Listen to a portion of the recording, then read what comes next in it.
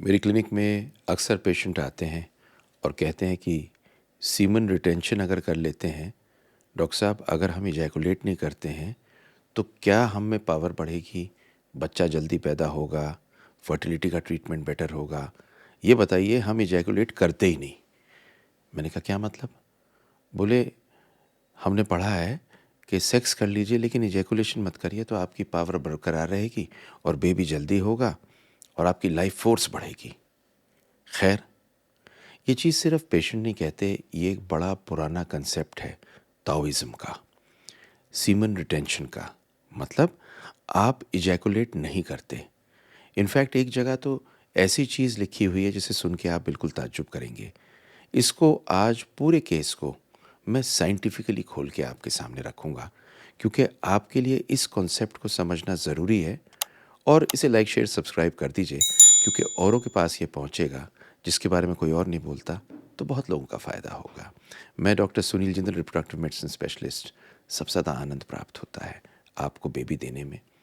ये सारी की सारी चीज़ें आपको इसीलिए लाया हूँ कि आप खुश रह सकें।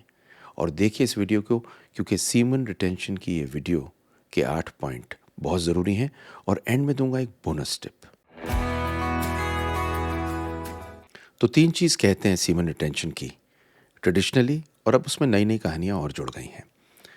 तो 3 चीज़ क्या कहते हैं कि इसकी वजह से फर्टिलिटी इम्प्रूव करती है, टेस्टोस्टेरोन इम्प्रूव करता है, और सबसे बड़ी बात, सेक्स करने की पावर और फिजिकल पावर बढ़ती है।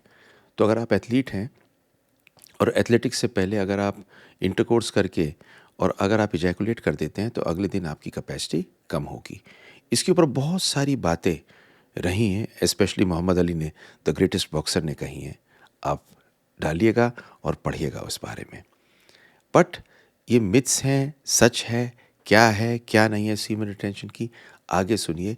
सीमन रिटेंशन कहते हैं जब आप सीमन को इजैकुलेट नहीं करते।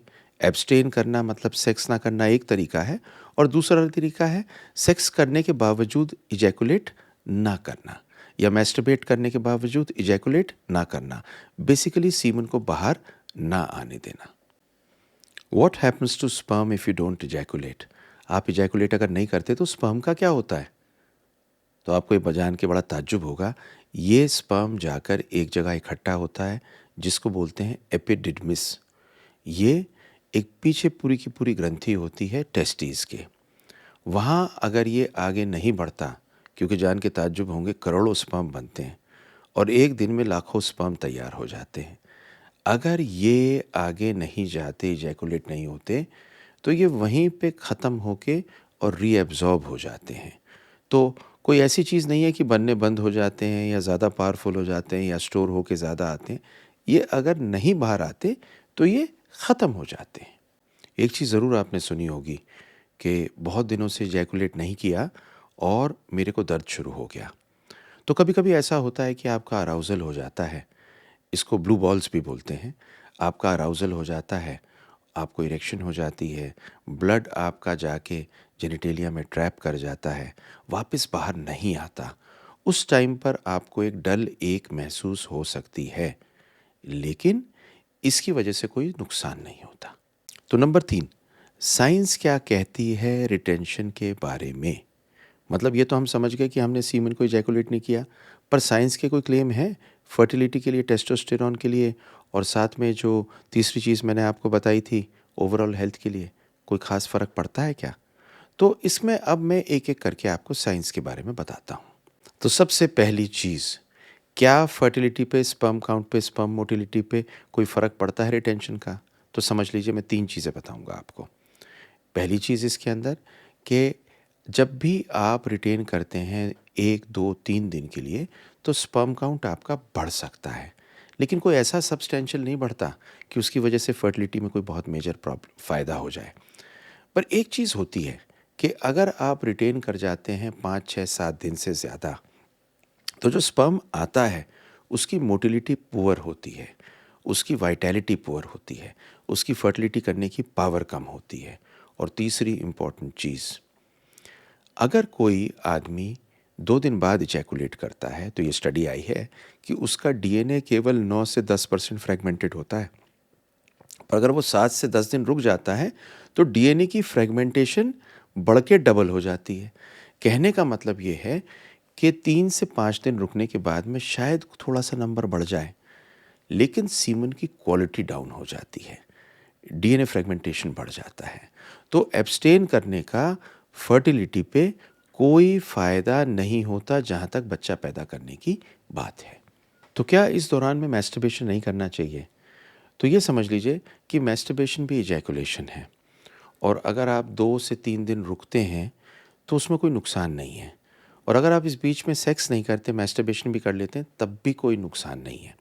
पर एक चीज़ को ध्यान में रखिए, आईवीएफ से पहले, आईयूआई से पहले, सीमन सैंपल देने से पहले 3 दिन का एब्स्टिनेंस करने को कहते हैं, और वो इसलिए कहते हैं कि उसमें कैलकुलेशन करने के लिए इतनी एब्स्टिनेंस की ज़रूरत है। किंतु अगर आप सेक्स करते हैं और फर्टाइल पीरियड है, जिन दिनों में आपका अंडा बन रहा होता है, तो आपको फर्टाइल पीरियड में एक दिन छोड़ के एक दिन अगर आप इंटरकोर्स करते हैं तो वो बेस्ट रहता है आपकी प्रेगनेंसी के लिए। चौथी चीज़, मेरा स्पर्म काउंट लो है, क्या एब्सटेन करने से फ़ायदा होगा? एक स्टडी आई, उस स्टडी में उन्होंने ये देखा कि जब इजैकुलेट 4 घंटे के अंदर 2 बार आदमी करता है और उसका लो स्पर्म काउंट है, तो टोटल स्पर्म जो पहुंचता है वो ज़्यादा पहुंचता है, 2 इजैकुलेट का 1 से ज़्यादा। इसलिए अगर आपका लो स्पर्म काउंट है तो आपको एब्सटेन करने से कोई मेजर फ़ायदा नहीं होता। इसलिए इस चीज़ को क्लियर कट समझ लीजिए कि अगर आप 2 बार इंटरकोर्स करते हैं, फर्टाइल पीरियड के दौरान में आपका लो स्पर्म काउंट है, तो चांसेस आपके स्पर्म के पहुंचने के ज़्यादा हैं। ये एक बड़ी इंपॉर्टेंट स्टडी है जहाँ 576 लोगों को स्टडी किया गया और देखा गया कि लो स्पर्म काउंट वाले भी अगर 2 बार इजैकुलेट करते हैं तो ज़्यादा स्पर्म पहुंच सकता है। पाँचवीं चीज़, अगर नापा जाए कि सीमन रिटेंशन से टेस्टोस्टेरोन बढ़ता है क्या? तो आप कहें कि सीमन रिटेंशन कर लीजिए और हम टेस्टोस्टेरोन नापते हैं। तो इसके ऊपर स्टडी हुई जिसमें पाया गया कि अगर सीमन रिटेंशन करते हैं 3 दिन की, 7 दिन की, और टेस्टोस्टेरोन को नापते हैं तो थोड़ा टेस्टोस्टेरोन बढ़ा हुआ आता है। पर एक और स्टडी आई, जिस स्टडी के अंदर ये आया कि अगर आदमी अराउज होता है, मतलब उसकी उत्तेजना बढ़ती है, और उत्तेजना बढ़ने के लिए एक ग्रुप को सेक्स करने को मिलता है और दूसरे ग्रुप को सेक्स नहीं करने को मिलता, या वो मैस्टरबेट करते हैं या नहीं मिलता, इन दोनों में फ़र्क क्या होता है? तो ये देखा गया कि टेस्टोस्टेरोन सेक्स करने के बाद में जिन्होंने सेक्स किया वो ज़्यादा बढ़ा, मतलब इंस्टेड ऑफ उन लोगों के जिन्होंने इंटरकोर्स नहीं कर पाए। मतलब यह है कि इसके ऊपर कोई क्लियर कट डेटा बिल्कुल सॉलिड नहीं है।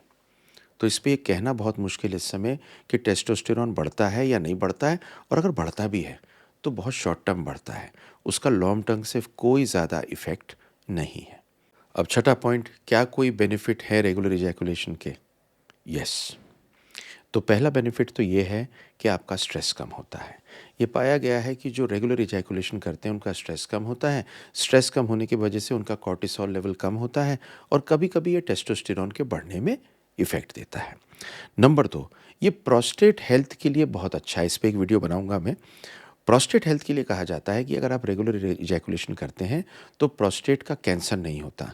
इनफैक्ट इसके ऊपर एक बड़ी अलग सी स्टडी आ गई थी, ये वीडियो मैं बनाऊंगा ज़रूर, जिसके ऊपर यह आया था कि जो लोग 21 बार एक महीने में इजैकुलेट करते हैं उन लोगों को प्रोस्टेटिक कैंसर बहुत कम होता है।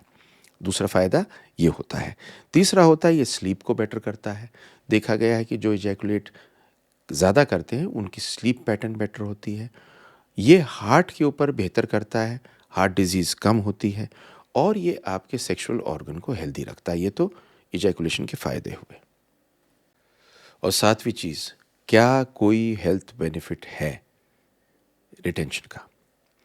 देखिए, मिथ्स में या पुरानी लिटरेचर में या ताओइज़्म में या कई बार बहुत जगह स्पिरिचुअली ये कहा जाता है कि अगर आप इजैकुलेट नहीं करते तो आपकी पावर बढ़ती है, लाइफ फोर्स बढ़ती है। पर इसका कोई साइंटिफिक बैकअप तीनों चीज़ों के लिए अब तक नहीं है। लेकिन हाँ, एक बात ज़रूर है कि हो सकता है ये किसी फॉर्म में शॉर्ट टर्म आपको साइकोलॉजिकली इफ़ेक्ट देके एक फ़ायदा दे।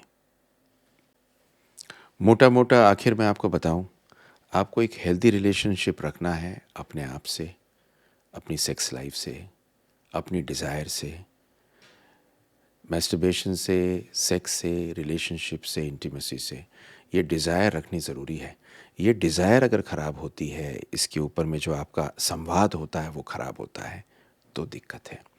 पोर्नोग्राफ़ी बहुत देखने से, कंपेलिंग होने से, गिल्ट होने से, इन सब चीज़ों की कहानी ख़राब होती है। आप एब्स्टेन करें ना करें, आप खुश रहें, सलामत रहें, ख़्याल रखें और सबसे बात बड़ी बताऊं, जितना हो सके अपनी रिलेशनशिप अपने आप से और अपनी सेक्स लाइफ से खूबसूरत रखें।